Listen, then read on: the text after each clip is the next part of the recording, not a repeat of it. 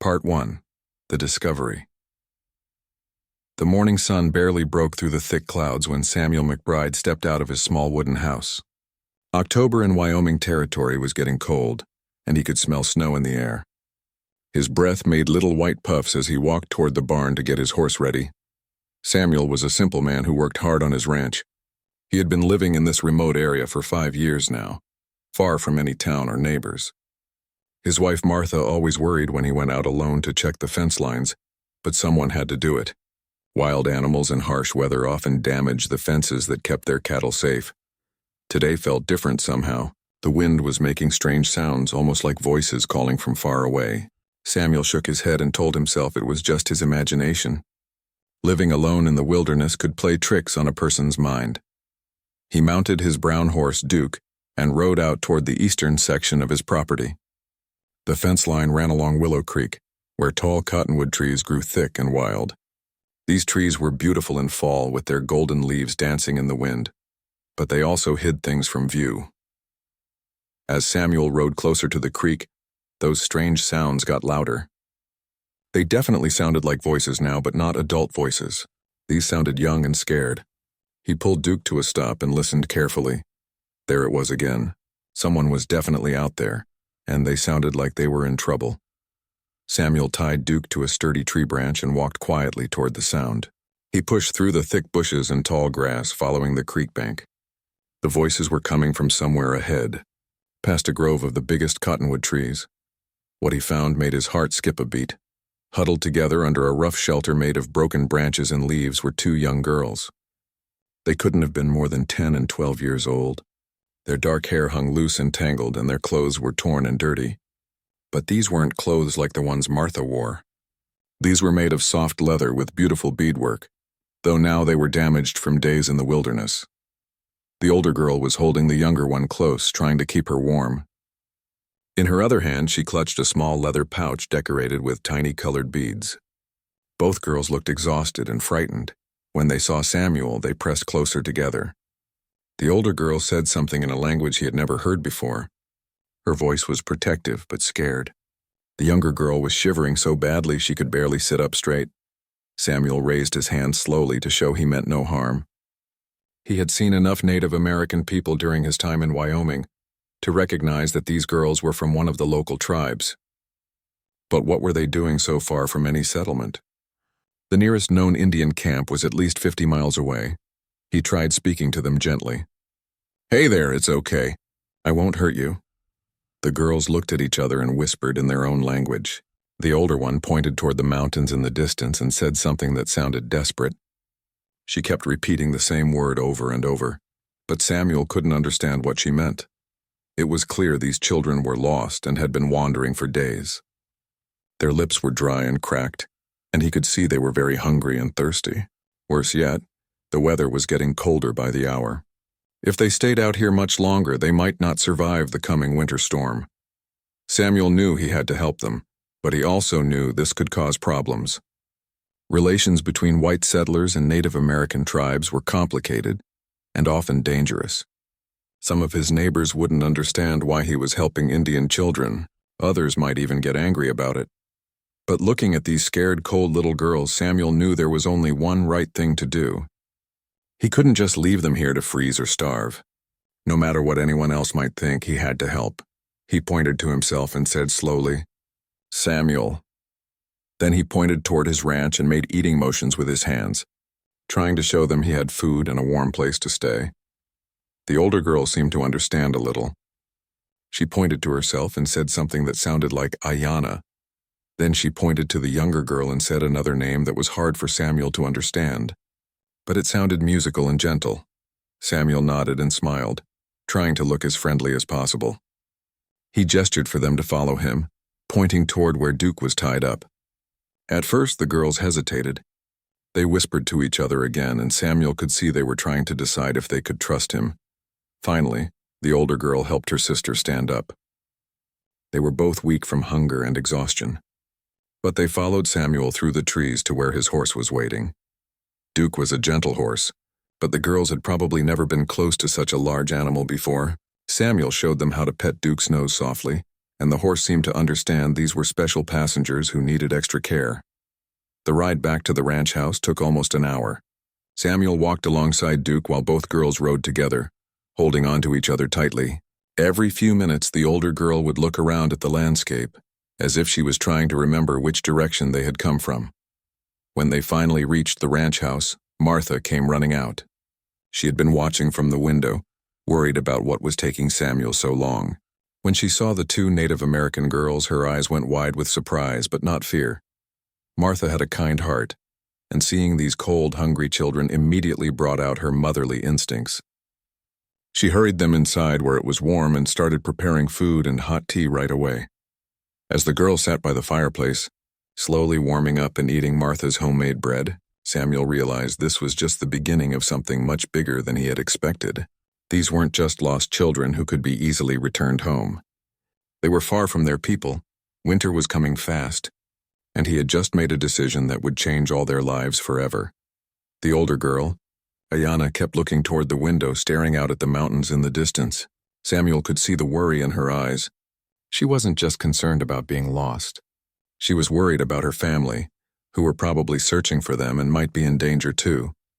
That night, as Martha made beds for the girls and Samuel sat by the fire thinking about what to do next, he realized he had found much more than two lost children. He had found a responsibility that would test everything he believed about right and wrong, and about what it truly meant to help another human being. Part 2. Breaking the Language Barrier. The next morning, Samuel woke up to the smell of Martha's cooking and the sound of quiet voices speaking in that musical language he didn't understand. When he walked into the kitchen, he found his wife sitting at the wooden table with the two girls, all of them working together to communicate without words. Martha had always been good with children, even though she and Samuel never had any of their own. She was showing the girls how to use a fork and knife, while they were teaching her the words for different foods in their language. Every time one of them successfully understood something, they would all smile and nod together. The younger girl looked much better after a full night's sleep and several good meals. Her cheeks had more color now and she wasn't shivering anymore. But Samuel could see that both girls were still very worried about something. They kept looking toward the door and talking quietly to each other. After breakfast, Samuel sat down across from Ayana, the older sister. He wanted to understand where they had come from and how they had gotten so lost. He started by pointing to different directions and watching her reactions. When he pointed north toward the mountains, Ayana's eyes lit up. She started speaking rapidly in her own language, pointing in the same direction and making gestures with her hands. She seemed to be describing a journey or explaining something important. Samuel got up and found some paper and a pencil. He handed them to Ayana and pointed to the paper, then to the mountains. She looked confused at first, but then understood what he wanted. She had probably never used a pencil before, but she was smart and caught on quickly. Ayana started drawing on the paper. First, she drew wavy lines that looked like mountains. Then she drew a curvy line that must have been a river. She added small circles that might have been camps or settlements. As she drew, she kept saying words in her language and pointing to different parts of the drawing. Samuel watched carefully as the story began to unfold on paper. Ayana drew what looked like a group of people traveling together. She pointed to two small figures and then to herself and her sister. Then she drew dark, swirling lines over everything and made a whooshing sound with her mouth. "A storm," Samuel said out loud. "You were caught in a storm." Ayana looked at him and nodded eagerly. She pointed to the storm she had drawn, then to the two small figures, and then made them separate from the group. She drew an arrow showing the two figures going in one direction while the group went in another. Now Samuel was beginning to understand. These girls had been traveling with their people, probably moving to a winter camp like many tribes did when the weather got cold. During a bad storm, the girls had gotten separated from their family and had been wandering in the wrong direction ever since. The younger sister, who Samuel still couldn't pronounce the name of, came over to look at the drawing. She pointed to one of the mountain peaks Ayana had drawn and said something excitedly. Then she ran to the window and pointed outside toward the real mountains they could see in the distance. Samuel followed her gaze. The mountains she was pointing to were far away, much farther than he had thought. If their family was somewhere in that direction, it could take weeks to find them. especially with winter weather making travel dangerous. Over the next few hours, the communication between Samuel, Martha, and the girls got easier. They developed a system of gestures, simple English words, and drawings that helped them understand each other better. Ayanna was clearly the leader between the two sisters. She was protective and careful, always making sure her younger sister had enough to eat and was staying warm. Samuel learned that the little leather pouch she carried contained special items that were important to their family. Though he couldn't understand exactly what they were, the younger sister was more playful when she felt safe. She liked Martha's cooking and was fascinated by things around the house that were different from what she was used to. She spent a long time examining Martha's sewing needles and thread, comparing them to the bone needles and sinew thread that her people used. By afternoon, Samuel had learned several important facts. The girls were Shoshone, from a band that had been traveling for many days to reach their winter camping place. They had been lost for at least 4 days, maybe 5. They had been walking mostly during the day and hiding in bushes or under trees at night. Most importantly, Ayanna was able to communicate that their people would be looking for them. She drew pictures of men on horses searching in different directions. But she also seemed worried that the searchers might be looking in the wrong places. Samuel realized that time was running out. Every day that passed made it more dangerous for the girls' family, who were probably taking big risks to search for them. Winter storms in Wyoming could be deadly, and if the searchers were looking in the wrong areas, they could get caught in bad weather too. That evening, as Martha tucked the girls into the extra beds she had made for them, Samuel sat by the fireplace thinking about what he should do. He could take the girls to town and let the authorities handle the situation. The Indian agent there was supposed to deal with these kinds of problems, but Samuel had heard stories about how Native American children were treated when they were turned over to the authorities. Many were sent far away to boarding schools where they weren't allowed to speak their own language or practice their customs. Some never saw their families again. He looked at the drawing Ayanna had made still lying on the kitchen table. These weren't just any children. They had families who loved them and were probably desperate to find them. They had their own culture, their own way of life, and their own homeland in those distant mountains. As the fire crackled and the wind howled outside, Samuel made a decision that surprised even himself. He wouldn't take these girls to the authorities. He wouldn't wait for someone else to solve the problem. He would personally make sure they got back to their family safely. It was a dangerous decision. The journey would be long and difficult, and he didn't really know where he was going. Winter was coming, and traveling through unfamiliar territory with 2 young children would be risky for all of them. But when he looked at Ayanna's drawing one more time, Samuel knew it was the right thing to do. These girls trusted him now. They had shown him where their family might be. And he had the skills and supplies to make the journey possible. The next morning, Samuel would start planning for a trip that would test everything he thought he knew about courage, friendship, and keeping promises. Part 3. The difficult decision. Samuel woke up before dawn on the 3rd day, his mind heavy with the weight of the choice he had to make. Through the small window next to his bed, he could see frost covering the ground like a white blanket. Winter was coming faster than he had expected, and every day he waited made the situation more dangerous.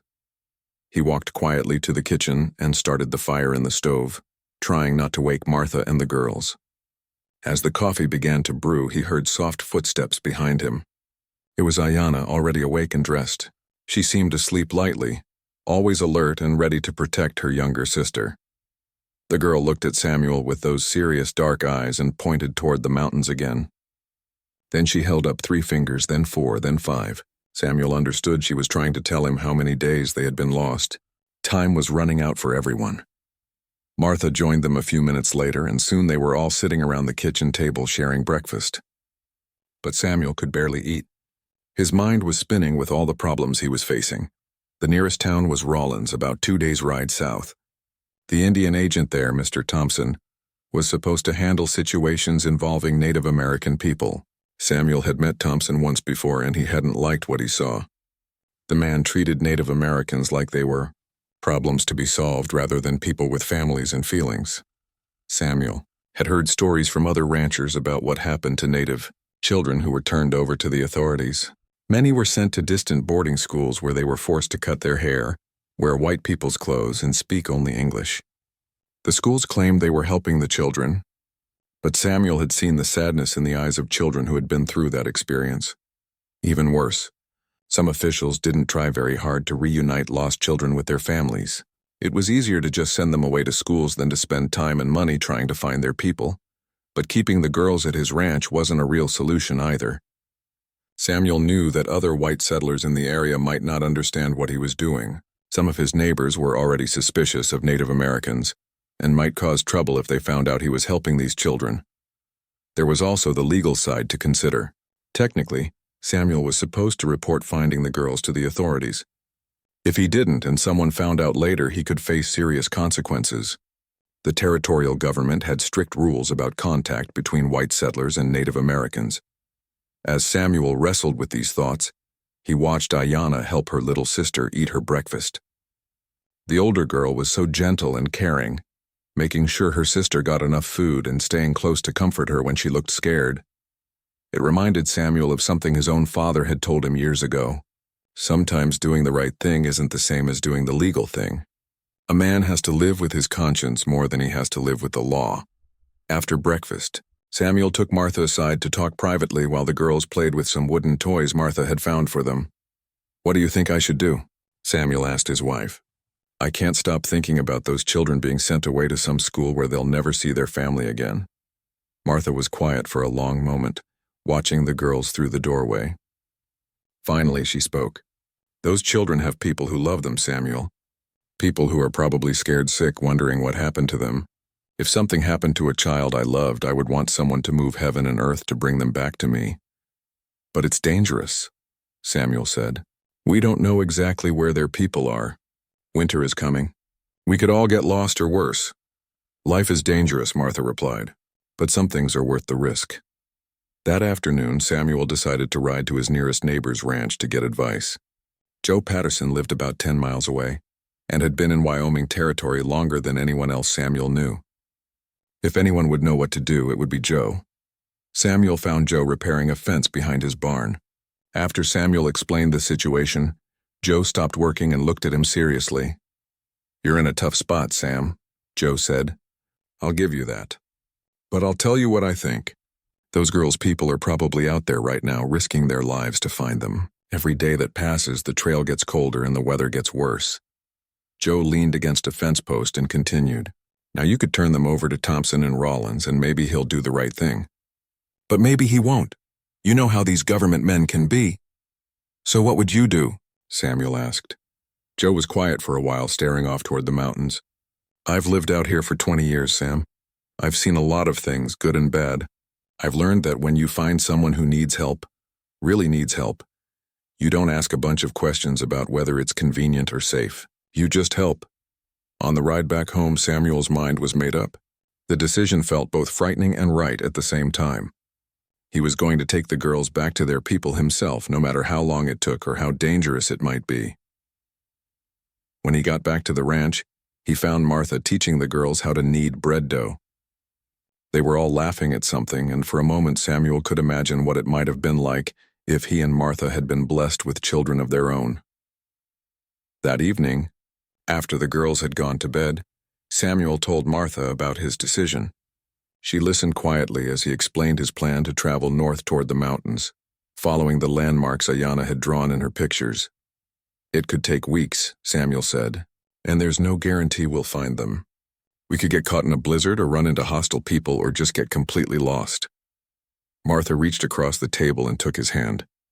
"Samuel McBride, I married you because you're a good man who does the right thing even when it's hard. If you think this is what we need to do, then that's what we'll do." "We?" Samuel asked, surprised. "You don't think I'm going to let you take 2 little girls into the wilderness by yourself, do you?" Martha smiled. "They need a woman's care, especially if we're going to be traveling for a long time." That night, Samuel lay awake listening to the wind outside and thinking about the promise he was about to make. Tomorrow he would tell Ayanna and her sister that he would personally take them back to their family. No matter what it took, it was a promise that would change all their lives, and Samuel knew there would be no turning back once he made it. But as he thought about those two brave little girls who had survived alone in the wilderness for days, he knew he couldn't live with himself if he didn't try to help them get home. The decision was made. Now came the hard part, keeping his word. Part 4. Preparing for the journey. The next morning, Samuel woke up with a clear sense of purpose. He had made his decision, and now it was time to turn that decision into action. But first, he needed to tell the girls what he planned to do. After breakfast, Samuel sat down with Ayanna and her little sister. Using the drawings they had made the day before, he pointed to the mountains where their family might be. Then he pointed to himself and Martha and made walking motions toward the mountains. Ayanna's eyes grew wide as she began to understand what Samuel was saying. She looked at Martha, then back at Samuel, then started speaking rapidly in her own language to her sister. The younger girl's face lit up with hope for the first time since Samuel had found them. Ayanna grabbed Samuel's hands and said something in Shoshone that he couldn't understand, but her tone made it clear she was thanking him. Her eyes filled with tears, but they were happy tears this time. Now came the hard work of preparing for a journey that could last weeks or even longer.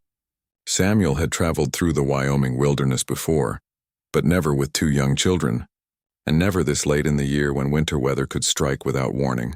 The first thing he needed was information. Samuel knew there was an old mountain man named Jim Bridger, Jr., who lived about a day's ride west. Jim's father had been famous for knowing every trail and water source in the Rocky Mountains, and his son had inherited much of that knowledge. If anyone could help Samuel figure out where the Shoshone bands might be camping for winter, it would be Jim.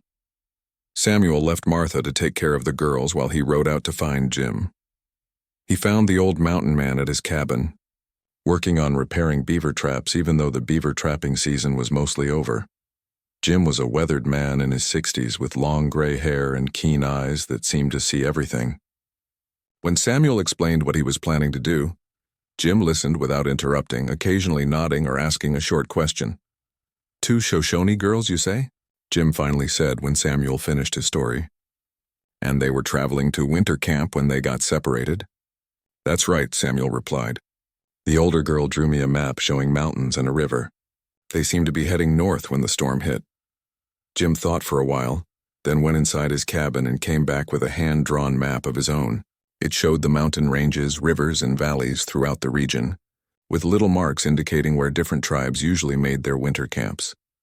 "Most Shoshone bands head to the Wind River country this time of year," Jim explained, pointing to an area on his map. "There's good shelter there and plenty of game. But it's rough country, especially with winter coming on." Jim studied Ayanna's drawing that Samuel had brought with him. "This river here," he said, pointing to the wavy line she had drawn, "could be the Sweetwater River, and these mountains might be the Wind River Range. If I'm right, you're looking at maybe a 10-day journey, if the weather holds." "And if the weather doesn't hold?" Samuel asked. Jim gave him a serious look. "Then you could be in real trouble. Winter storms up there can last for days, and if you get caught in the open with those little girls—" He didn't need to finish the sentence. They both knew how dangerous it could be, but Jim also understood why Samuel felt he had to try. "I respect what you're doing, Sam," he said. "Not many white men would risk their necks for Indian children they barely know.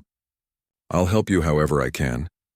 Jim spent the rest of the afternoon teaching Samuel about the landmarks to look for, the best routes through the mountains, and how to find shelter if a storm hit. He also gave Samuel some trade goods that might help if they encountered other Native Americans during their journey. "Most tribes will respect what you're trying to do," Jim explained as he packed small bags of tobacco, colorful beads, and metal tools. "But it's always good to have something to show your peaceful intentions." When Samuel returned home the next evening, he found that Martha had been busy too. She had been teaching the girls more English words and learning more of their language. She had also been preparing food and supplies for the journey. "I think we should make extra moccasins for the girls," Martha told Samuel. "Their feet are going to take a beating on Rocky Mountain trails." Over the next 3 days, the whole household worked together to get ready for the journey. Samuel cleaned and oiled his rifle, made sure they had plenty of ammunition, and repaired all their camping equipment. Martha sewed warm clothes for the girls and prepared dried meat, hardtack, and other foods that would last a long time without spoiling. The girls were eager to help with everything. Ayanna showed Martha how to prepare certain plants that her people used for medicine and food during long journeys. The younger sister, whose name Samuel was finally learning to pronounce as something like Talasi, helped organize supplies and seemed excited about the adventure ahead. But Samuel noticed that Ayana was also teaching her sister important things about survival in the wilderness. She showed her how to read weather signs in the clouds, how to find water by watching the behavior of animals, and how to stay warm at night by sharing body heat and making the best use of blankets. It was clear that Ayana had been raised to be tough and resourceful. Even though she was only about 12 years old, she had knowledge about surviving in the wilderness that many grown men didn't possess. Samuel realized that having her as a guide would be just as important as having Jim Bridger's map. On their last night at the ranch, Samuel sat down with both girls to go over their travel plan. Using Jim's map and Ayana's drawings, they traced the route they would follow. Ayana got excited when she recognized some of the landmarks, pointing to spots on the map and chattering in Shoshone with her sister. Martha had made each girl a warm coat from wool blankets, and she had sewn hidden pockets where they could keep their most precious belongings safe. Ayana carefully placed her beaded pouch in one of these pockets, while Talasi tucked away a small carved wooden doll that Martha had given her. That evening, as they all sat around the fireplace for the last time, Samuel felt both nervous and determined. Tomorrow they would start a journey that could take them hundreds of miles through some of the most dangerous wilderness in North America. They would face freezing temperatures, possible snowstorms, difficult mountain passes, and the constant uncertainty of not knowing exactly where they were going. But looking at the hope in the girl's eyes, and feeling Martha's steady support beside him, Samuel knew they were doing the right thing. These children deserved to be reunited with their family, and he was going to make sure that happened, no matter what obstacles they faced along the way. As he banked the fire and prepared for bed, Samuel offered a silent prayer for good weather, safe travel, and the strength to keep the promise he had made to two brave little girls who had trusted him with their lives. Part 5. Into the wilderness. The morning they left the ranch, the sky was gray and heavy with the promise of snow. Samuel loaded their supplies onto 2 pack horses, while Martha made sure the girls were dressed warmly in their new coats and extra blankets. Everyone knew this might be their last day of comfort for many weeks to come. Samuel had built a simple travois, a kind of sled that could be pulled behind one of the horses. It was padded with blankets and furs so the girls could ride when they got tired of walking, or when the terrain got too rough for their short legs to handle. Ayana was eager to get started. She kept looking north toward the mountains and talking to her sister in their own language. Samuel could tell she was explaining their plan and trying to keep Talasi's spirits up. The younger girl looked both excited and scared about the long journey ahead. Martha hugged each of the girls goodbye, and Samuel could see tears in her eyes. She would be staying at the ranch to take care of the animals and property, but Samuel knew she wished she could come with them. It was going to be dangerous for her to be alone at the ranch for so long, but it would be even more dangerous to take her on this journey through the wilderness. "You bring those girls back to their family," Martha told Samuel as she hugged him tight, "and you make sure you come back to me safe and sound." Samuel mounted his horse Duke while the girls climbed onto the travois. They had decided to start the journey this way until they got used to the routine of traveling together. Later, when the girls felt more comfortable, they could take turns riding the horses. As they rode away from the ranch, Samuel turned back once to wave at Martha. She was standing in the doorway looking small and lonely. Samuel felt a pang of guilt for leaving her behind, but he knew this was something he had to do. The first day of travel went better than Samuel had expected. They followed old game trails that led north toward the foothills of the mountains. The girls were fascinated by everything they saw, pointing out plants and animals to each other and chattering in Shoshone. Ayana was especially helpful as a guide. Even though they were still many miles from her homeland, she seemed to have a natural sense of direction. Several times she pointed Samuel toward paths he might have missed, or warned him about areas that looked too rocky for the horses to cross safely. Around midday, they stopped to rest and eat some of the food Martha had packed for them. Samuel was amazed at how well the girls handled the hardships of trail travel. They didn't complain about being uncomfortable, and they helped set up camp and take care of the horses without being asked. Talasi, the younger sister, was particularly good with animals. The horses seemed to calm down when she was near them, and she had a gentle way of handling them that reminded Samuel of experienced ranch hands he had known. As they traveled deeper into the wilderness, the landscape began to change. The flat grasslands near Samuel's ranch gave way to rolling hills covered with pine trees and aspen groves. The air got thinner and colder as they gained elevation, and Samuel could see snow on the mountain peaks ahead of them. On their second day of travel, they faced their first real challenge. They came to a river that was running faster and deeper than Samuel had expected. The recent fall rains had swollen the water, and it looked dangerous to cross. Samuel studied the river for a long time, looking for a safe place to ford. The horses could probably make it across, but the current was strong enough to sweep away a person on foot. If one of the girls fell in, the cold water and swift current could be deadly. Ayanna came up beside him and studied the river too. She pointed to a spot upstream where some fallen trees had created a kind of natural dam. The water was shallower there, though it was still moving fast. Samuel nodded and decided to try crossing at that spot. He went first, leading Duke across carefully, testing each step to make sure the bottom was solid. The water came up to Duke's belly, and Samuel could feel the strong current pushing against them. Once he made it safely to the other side, Samuel called for the girls to follow. But instead of staying on the travois, Ayanna climbed down and waded into the water beside the horse. She wanted to be ready to help if anything went wrong. Halfway across, disaster almost struck. The horse pulling the travois stepped into a hole and stumbled. Talassi, who was still riding on the travois, slid sideways toward the rushing water. Without thinking, Ayanna lunged forward and grabbed her sister just as she was about to fall into the river. For a terrifying moment, both girls were in the water up to their waists, with the current trying to pull them downstream. Samuel jumped back into the river and grabbed both girls, pulling them toward the shore while the horses scrambled to safety on their own. By the time they all made it to dry land, everyone was soaked and shivering, but they were alive. That night, as they huddled around their campfire trying to dry out their clothes, Samuel realized how quickly things could go wrong in the wilderness. They had been lucky this time, but there would be many more dangerous river crossings ahead of them. Ayanna seemed to understand the seriousness of what had happened. She spent extra time that evening teaching Talassi how to swim and how to grab onto floating logs if she ever fell into fast-moving water again. But the near accident also brought the three travelers closer together. Samuel saw how brave and quick-thinking Ayanna was, and how much she was willing to risk to protect her sister. The girls saw that Samuel was completely committed to getting them home safely, even if it meant putting himself in danger. On their third night in the wilderness, they had their first real taste of winter weather. The temperature dropped below freezing and a light snow began to fall around their campfire. Samuel wrapped the girls in extra blankets and built up the fire higher than usual.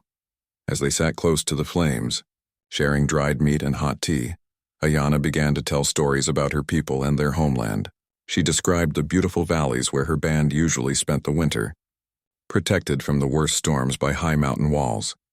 She talked about her parents and grandparents, and about the other children in her tribe who were probably wondering what had happened to her and Talassi. Samuel could hear the longing in her voice, and he knew she was starting to worry that they might never find their way back. But Ayanna also talked about the landmarks they were approaching. She recognized the shape of certain mountain peaks and the way the rivers flowed through the valleys.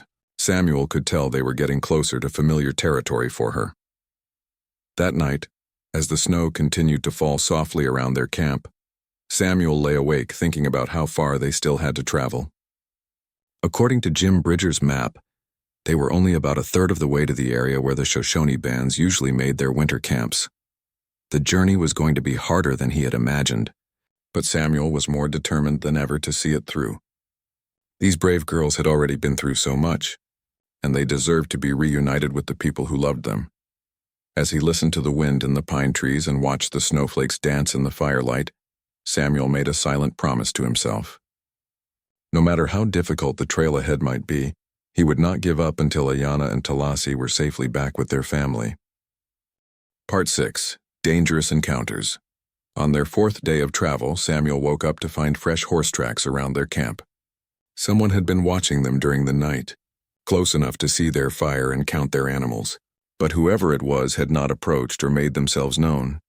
Samuel tried not to show his concern, but Ayanna had noticed the tracks too. She studied them carefully and said something to her sister that made Talassi look around nervously. These girls had grown up in the wilderness and they knew when something wasn't right. As they packed up their camp that morning, Samuel kept his rifle closer than usual. The tracks looked like they had been made by unshod horses, which meant they probably belonged to Native Americans rather than white settlers. That could be good news or bad news, depending on which tribe they belonged to and what their intentions were. They had been traveling for about 2 hours when Ayanna suddenly pointed ahead and said something urgently in Shoshone. Samuel looked where she was pointing and saw a group of riders on a ridge about half a mile away. They were too far away to make out details, but there were at least 6 or 7 of them, and they appeared to be watching Samuel's group. Samuel called a halt and studied the riders through his spyglass. They were definitely Native Americans, wearing traditional clothing and carrying weapons. They didn't look hostile, but they weren't moving away either. They seemed to be waiting for something. "What do you think?" Samuel asked Ayanna, showing her the riders through his spyglass. Ayanna looked for a long time, then handed the spyglass back to Samuel. She said something that included a word that sounded like Crow, which Samuel recognized as the name of a tribe that sometimes had conflicts with the Shoshone. Samuel's heart sank. If these were Crow warriors, the situation could become dangerous quickly. The Crow and Shoshone had been enemies for generations, fighting over hunting grounds and territory.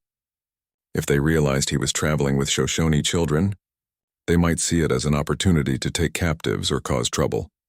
But Samuel also knew that most Native American tribes had strong codes of honor about protecting women and children. Even if these were Crow warriors, they might be willing to help if Samuel could convince them of his peaceful intentions. The decision was made for him when the riders began moving down the ridge toward their position. Samuel told the girls to stay close to the horses while he prepared to meet the approaching group. As the riders got closer, Samuel could see they were indeed Crow warriors, dressed for traveling and heavily armed. Their leader was a man about Samuel's age with intricate beadwork on his shirt and eagle feathers in his hair. His face was stern but not immediately threatening. The leader rode forward while his companions stayed back. He looked at Samuel, then at the 2 girls, then back at Samuel. He said something in what Samuel assumed was the Crow language. Samuel raised his hands to show he had no weapons ready, then pointed to himself and said his name. He pointed to the girls and tried to explain in simple words that he was helping them return to their family. The Crow leader listened carefully, then surprised Samuel by speaking in accented but clear English. "You are the white man who helps Shoshone children?" Samuel nodded, relieved that they could communicate directly. "Yes, these girls got lost from their people during a storm. I'm trying to take them back to their family." The leader studied the girls more carefully. Ayanna stepped forward bravely and began speaking in what Samuel realized must be a trade language that both Crow and Shoshone people understood. She gestured toward the mountains and made drawing motions, apparently explaining their situation.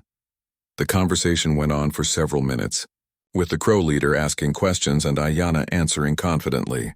Samuel couldn't understand most of what was being said, but he could tell that Ayanna was being respectful, but also standing up for herself and her sister. Finally, the Crow leader turned back to Samuel. "The girl says you have been kind to them and are risking much to help them return home. This is good. It shows honor." Samuel felt a wave of relief, but he could tell the conversation wasn't over yet. "But," the leader continued, "you are traveling through our hunting grounds without permission, and these are Shoshone children, from people who are sometimes our enemies." Samuel's heart started racing again. He had hoped to avoid exactly this kind of territorial conflict. The Crow leader seemed to be thinking hard about something. He talked quietly with his warriors for a few minutes, occasionally glancing back at Samuel and the girls. Finally, he rode forward again. "My name is Black Wolf. We have been tracking you for 2 days, trying to decide what to do. We have decided that your mission is honorable, and the children are not responsible for the conflicts between our peoples." Samuel let out a breath he didn't realize he'd been holding.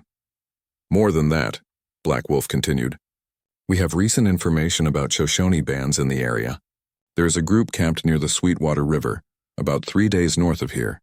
They have been searching for missing children." Ayanna's eyes lit up when she heard this news. She said something quickly to her sister, and both girls looked more hopeful than they had in days. Black Wolf gave Samuel detailed directions to the Shoshone camp. warning him about dangerous passes and recommending the safest routes through the mountains. He also gave him some dried meat and told him where to find fresh water along the way. As the Crow warriors prepared to leave, Black Wolf had one final piece of advice. Be careful, white man.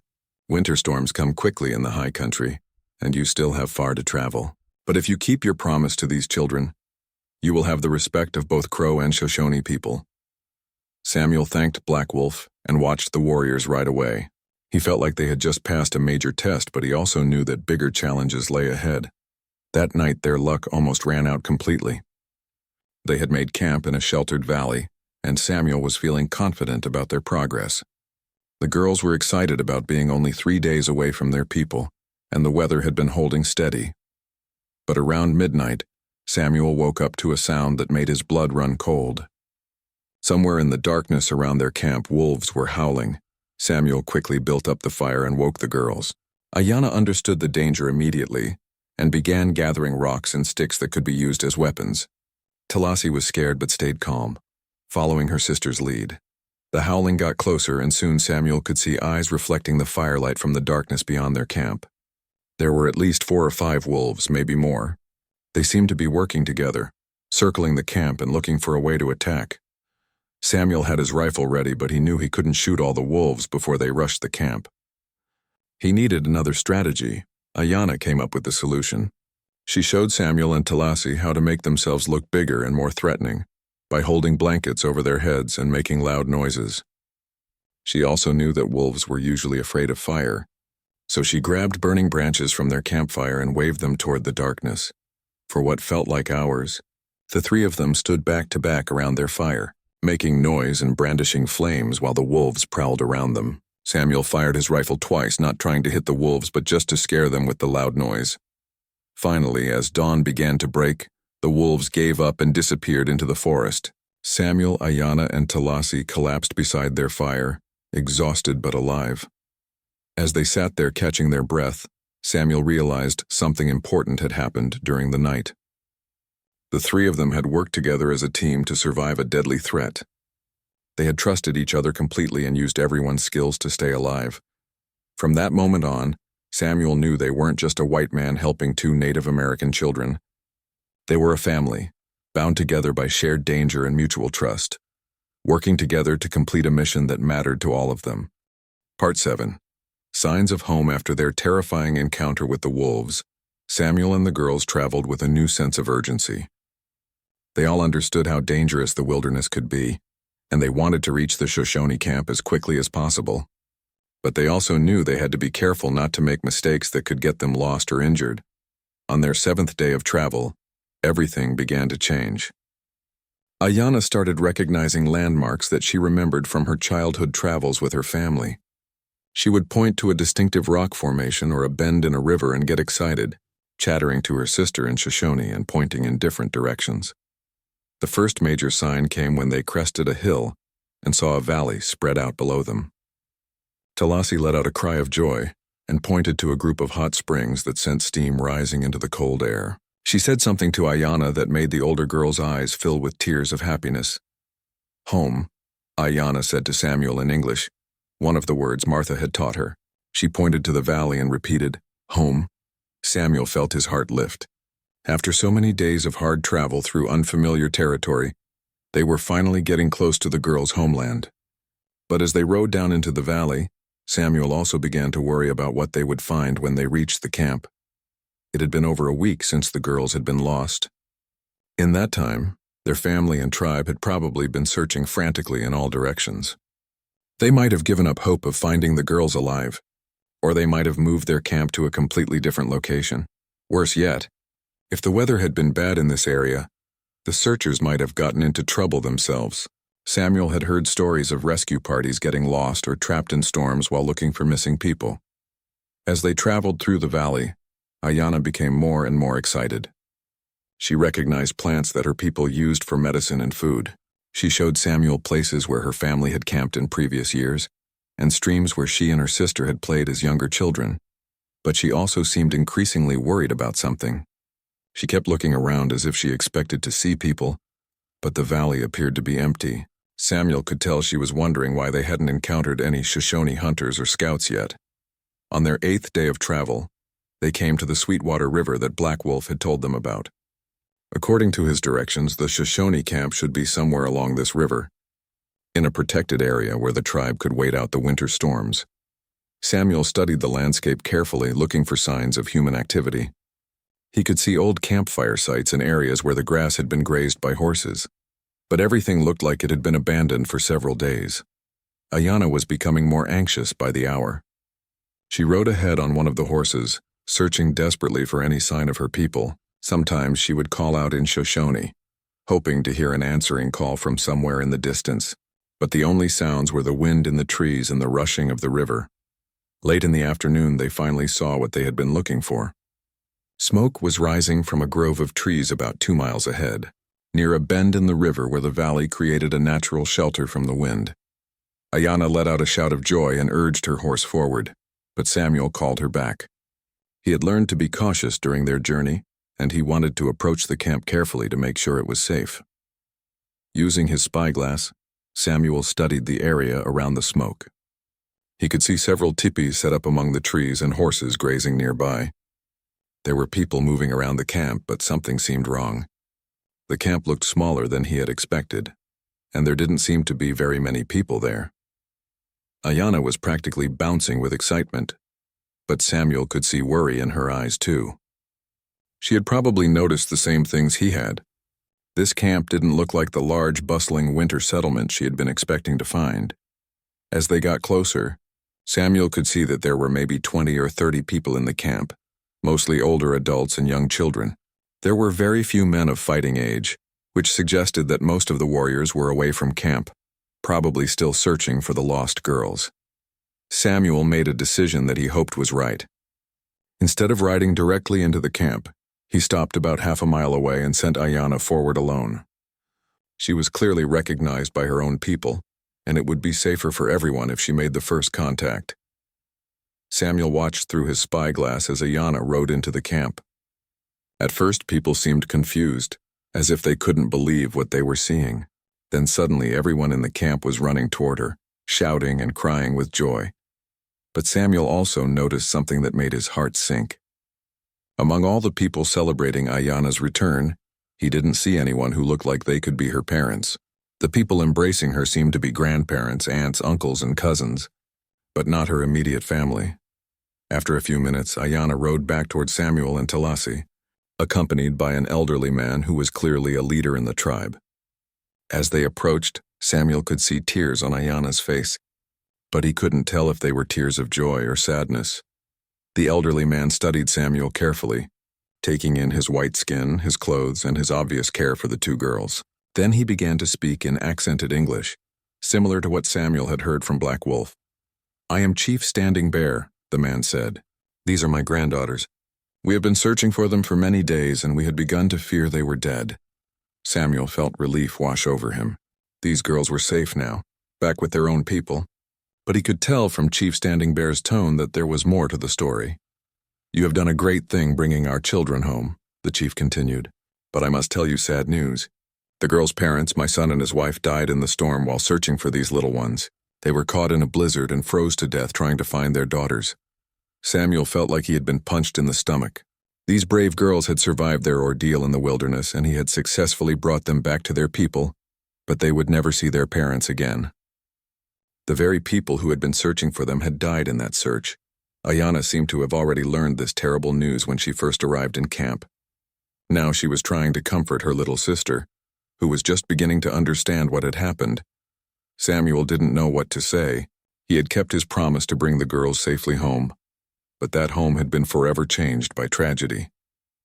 The happiness of the reunion was mixed with the deep sadness of loss. Chief Standing Bear seemed to understand Samuel's feelings. "You could not have known," he said gently, "and you could not have prevented this tragedy. What matters is that you cared enough to risk your own life to bring these children back to us. That is the action of an honorable man." As the sun began to set over the valley, Samuel realized that his journey was almost over. Tomorrow he would begin the long trip back to his own home and his own family. But tonight he would spend his first evening in a Shoshone camp, learning about the people whose children he had helped save. Part 8. The Promise Fulfilled. The reunion between Ayanna, Talasi, and their extended family was both joyful and heartbreaking. Samuel watched as aunts and uncles, cousins, and grandparents embraced the two girls who had been given up for lost. But he could also see the pain in everyone's eyes as they dealt with the tragic news about the girls' parents. Chief Standing Bear invited Samuel to sit by the central fire in the camp, a position of honor that showed the tribe's respect for what he had done.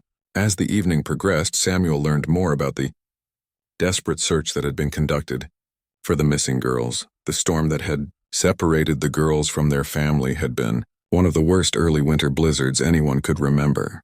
It had lasted for 3 days, with winds so strong that trees were knocked down and snow so thick that people couldn't see more than a few feet ahead of them. When the storm finally ended, and the family realized the girls were missing, search parties had immediately spread out in all directions. The girls' father and mother had insisted on leading one of the most dangerous searches, heading into the high mountain passes where they thought the girls might have taken shelter. It was in those mountains that the parents had been caught by a second storm. By the time other searchers found them, it was too late. They had died trying to reach their daughters, never knowing that the girls were safe and warm at Samuel's ranch. The tragedy weighed heavily on everyone in the camp, but Chief Standing Bear told Samuel that the tribe did not blame him for what had happened. "You could not have known about our searching parties," the old chief said, "and if you had tried to bring the girls back sooner in the middle of those storms, all of you might have died." Samuel spent 3 days in the Shoshone camp, and during that time he learned more about Native American culture than he had ever imagined. The people were generous and welcoming, sharing their food and their stories with him even though he was a stranger from a different world. Ayanna and Talasi were slowly adjusting to their new reality. They would be raised by their grandparents and other family members, surrounded by love but forever changed by the loss of their parents. Samuel could see that they were strong children who would survive this tragedy, but his heart ached for what they had been through.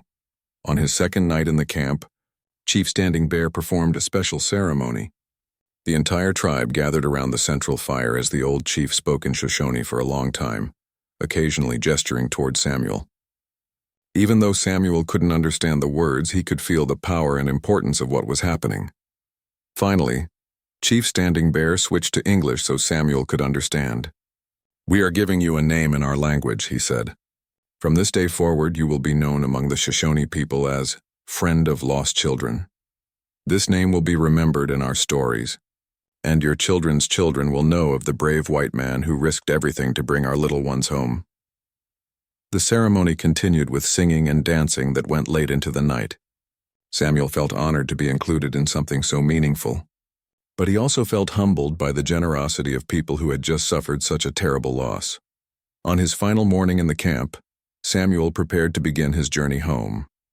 Chief Standing Bear had provided him with fresh supplies and a guide who would help him navigate the safest route back to his ranch. The weather was getting colder every day, and everyone was worried about him traveling alone through the wilderness.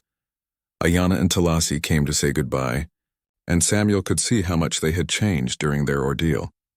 They had started their journey as scared lost children. Now they were survivors who had faced death and tragedy, but were still standing strong. Ayanna gave Samuel a small gift, a beaded bracelet that she had made during their time in the camp. "For Martha," she said in careful English.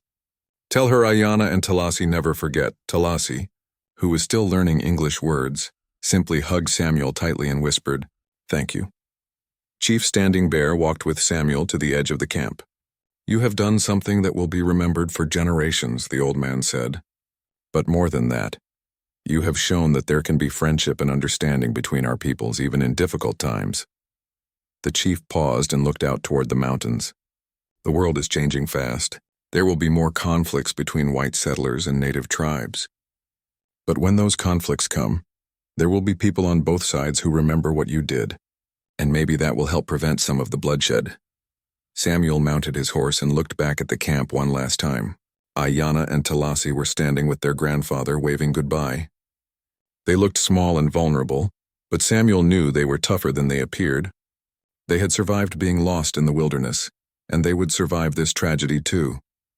The journey home took Samuel 8 days, traveling through increasingly familiar territory. His Shoshone guide left him when they reached the edge of the tribal lands, but not before sharing valuable knowledge about the changing weather patterns and the best routes through the mountains during winter. When Samuel finally saw his own ranch house in the distance, with smoke rising from the chimney and Martha's familiar figure standing in the doorway, he felt emotions he couldn't even describe. He was home, safe and sound, after one of the most challenging experiences of his life. Martha ran out to meet him, and Samuel could see she had been crying. She had spent over 2 weeks not knowing if he was dead or alive, and the relief of seeing him again was overwhelming for both of them. That evening, as they sat by their own fireplace, Samuel told Martha everything that had happened during the journey. He described the dangerous river crossing, the encounter with the Crow warriors, the night with the wolves, and the bittersweet reunion at the Shoshone camp. Martha listened to every word, occasionally asking questions or gasping at the dangerous moments Samuel described. When he finished his story, she was quiet for a long time. "I'm proud of you, Samuel McBride," she finally said. "You kept your promise to those girls, even though it cost more than any of us expected." Samuel looked at the beaded bracelet Ayanna had made for Martha, now resting on the mantelpiece beside other treasures from their life together. "I don't know if it was worth it," he said quietly. "Those girls lost their parents because of the search efforts. Maybe if I had acted differently." Martha took his hands and looked into his eyes. "You saved those children's lives, Samuel. Without you, they would have died alone in the wilderness, and their parents would still be dead from the storm. You didn't cause the tragedy, but you prevented it from being even worse." Over the following months, Samuel often thought about Ayanna, Talasi, and Chief Standing Bear. He wondered how the girls were doing, whether they were adjusting to life without their parents, and if they ever thought about the white rancher who had helped them get home. He got his answer the following spring, when a young Shoshone man arrived at his ranch carrying a message from Chief Standing Bear. The chief wanted Samuel to know that the girls were doing well, that they spoke of him often, and that they were learning to be strong women who would honor their parents' memory. The message also contained an invitation. Every year, the Shoshone tribe held a special ceremony to remember important events and honor people who had helped them. Samuel was invited to attend as a guest of honor, and the invitation would be extended to him every year for the rest of his life. Samuel never forgot the 2 lost girls he had found by Willow Creek, and he never regretted the dangerous journey he had undertaken to bring them home. The experience had changed him in ways he was still discovering, opening his eyes to the humanity and dignity of people who were different from himself. Years later, when other white settlers in the area had conflicts with Native American tribes, Samuel often served as a mediator and translator.